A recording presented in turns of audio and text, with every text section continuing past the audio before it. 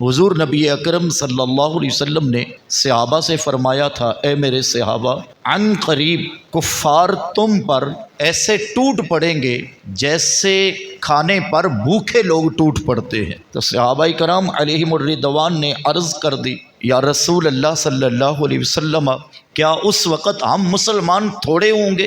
तो नबी रहमत सल्लल्लाहु अलैहि वसल्लम ने इरशाद फरमाया, थोड़े नहीं होंगे, तुम कसीर तादाद में होंगे, तुम्हारी तादाद बहुत ज़्यादा होगी। तो इरशाद फरमाया, इसलिए वो हमला आवर हो जाएंगे कि उस वक़्त तुम्हारे ईमान कमज़ोर ठहरेंगे और उस वक़्त तुम्हारे दिलों के अंदर दुनिया की मोहब्बत गालिब हो जाएगी। दुनिया की मोहब्बत गालिब हो जाएगी तो ईमान कमज़ोर पड़ जाएगा, और जब ईमान कमज़ोर पड़ जाएगा तो सारे काफिर इकट्ठे होकर तुम मुसलमानों पर ऐसे टूट पड़ेंगे जैसे भूखे लोग खाने पर टूट पड़ते। अगर इस हदीस को यहाँ रुक कर अर्ज़ करूँ तो क्या अब ये सूरत हाल हमारी आंखों के सामने नहीं आई कि इस वक़्त कुफ़ार यहूद व निसारा इकट्ठे होकर बाहमी इत्तेफाक के साथ आज मुसलमानों पर टूट पड़े? ना कि इस वक़्त फ़लस्तीन में मस्जिद अक्सा का मामला है, बल्कि मेरे दोस्त और मेरे बुज़ुर्गों, मस्जिद अक्सा के साथ साथ फ़लस्तीन के अंदर आज फिर उम्मत मुस्लिमा पर क़यामत टूट पड़ी। और इस वक़्त के हालात आप लोगों के सामने हैं। एक कसीर तादाद उन बच्चों की भी है जिनकी उम्रें अभी छोटी हैं, उन्होंने तो कुछ देखा ही नहीं कि उन बच्चों को भी बेदर्दी के साथ उनके जिस्मों के टुकड़े टुकड़े कर दिए गए। आज मस्जिद अक्सा के दरवाज़ों पर खड़ी होकर वो औरतें जो बेसहारा हो गई, वो जिनके बच्चे भी जो है वो उनकी आंखों के सामने ज़बह कर दिए गए, और वो औरतें आज जो हैं मस्जिद अक्सा के दरवाज़ों पे खड़े होकर हज़रत उमर फ़ारूक को पुकारती हैं। वो औरतें आज मस्जिद अक्सा के दरवाज़ों पे खड़े होकर हज़रत सुल्तान सलाहुद्दीन अयूबी को पुकारती हैं। और फिर शायद ये कहा जा रहा है कि एक बार फिर तैबा से तू फ़लस्तीन में आ, एक बार फिर तैबा से तू फ़लस्तीन की तरफ आ, रास्ता तकती है मस्जिद अक्सा तेरा। आज मुश्किल वक़्त उम्मत पे आ गया, ना जाने मुसलमान कहाँ सो गए।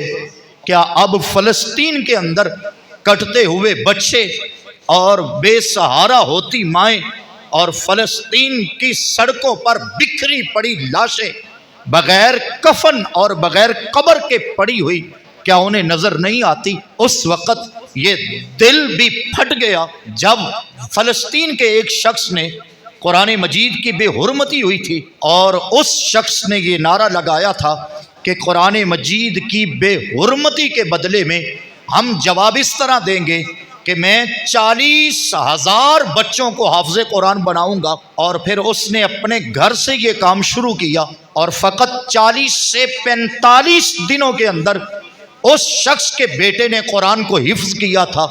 कल जब उसके घर पर हमला हुआ और वो बीमा फैमिली जामे शहादत नोश कर गया, और अब जो सूरत हाल है, कमो पेश 10 लाख से ज़्यादा की आबादी जिनके पानी को बंद हुए कई दिन गुजर गए, जिन तक खाने का एक लुक़मा भी ना पहुंच सका, वो घर से निकलते हैं तो जामे शहादत है, और वो जो है वो पानी के लिए तरसते हैं तो तब भी क़यामत है।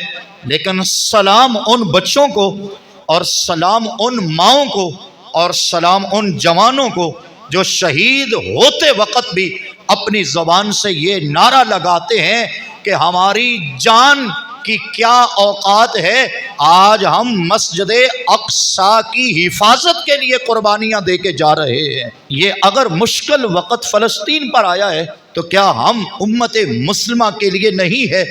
ये जो लोग गफलत की नींद सो गए, क्या आपको खबर नहीं है कल क़यामत के रोज़ आपको खड़ा किया जाएगा?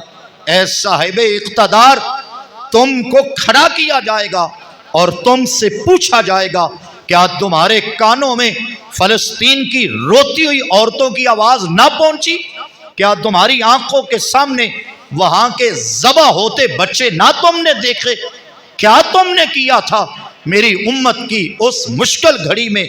क्या मदद तुमने की थी? मेरे दोस्तों और मेरे बुजुर्गों, آج ایک نہیں ہزاروں کی تعداد ہے، ایک واقعہ دوسرے سے بڑھ کر ہے۔ کیا اس وقت انسانیت ڈوب گئی تھی جب فلسطین کے ہسپتال پر حملہ کر کے وہاں جو ہے وہ سینکڑوں کی تعداد کے اندر ان زخمی فلسطینیوں کو بھی شہید کر دیا گیا؟ آج ضرورت تھی اور وقت تھا کہ عالم اسلام یہاں پہ اکٹھا ہوتا۔ ہم باقی معاملوں کے لیے تو لوگوں کے ساتھ اکٹھے ہو جاتے ہیں، کیا آج فلسطین کے حق میں ہم اکٹھے نہیں ہو سکتے؟ آج ہم اکٹھے ہو کر کیا کفر کو للکار نہیں سکتے؟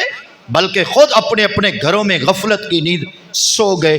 اج آکھاں وارے شانوں ہن قبراں وچوں بول، کتاب عشق دا کوئی اگلا ورکا کھول، ایک روئی سی دھی پنجاب دی تو لکھ لکھ مارے وین، اج لکھاں دھیاں روندیاں تینو وارے شانوں کہن۔ آج فلسطین کی خواتین دروازوں پہ کھڑے ہو کر پکارتی ہیں، اے اللہ ہماری مدد کے لیے کوئی صلاح الدین ایوبی بھیج دے، ہماری مدد کے لیے کوئی حضرت عمر فاروق بھیج دے۔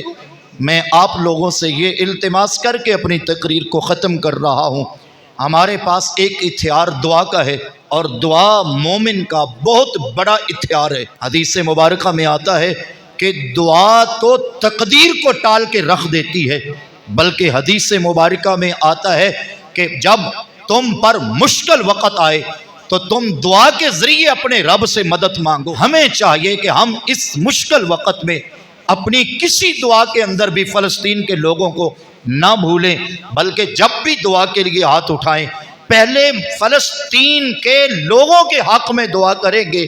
تو میں ذمہ داری سے یہاں بیٹھ کر اللہ کی رحمت پہ کامل یقین رکھ کے کہہ رہا ہوں، فلسطین کے حق میں دعا کے لیے لفظ آپ کہہ دیں گے، ان مظلوموں کی مدد کا صدقہ اللہ آپ کی دعاؤں کو بھی قبول فرمائے گا۔ اللہ عز و جل وعلا میرے حضور کی امت یعنی فلسطین پر اپنا خاص کرم فرمائے، اور فلسطین کے بے سہاروں کو میرا رب کوئی دوبارہ صلاح الدین ایوبی جیسا سہارا نصیب فرمائے۔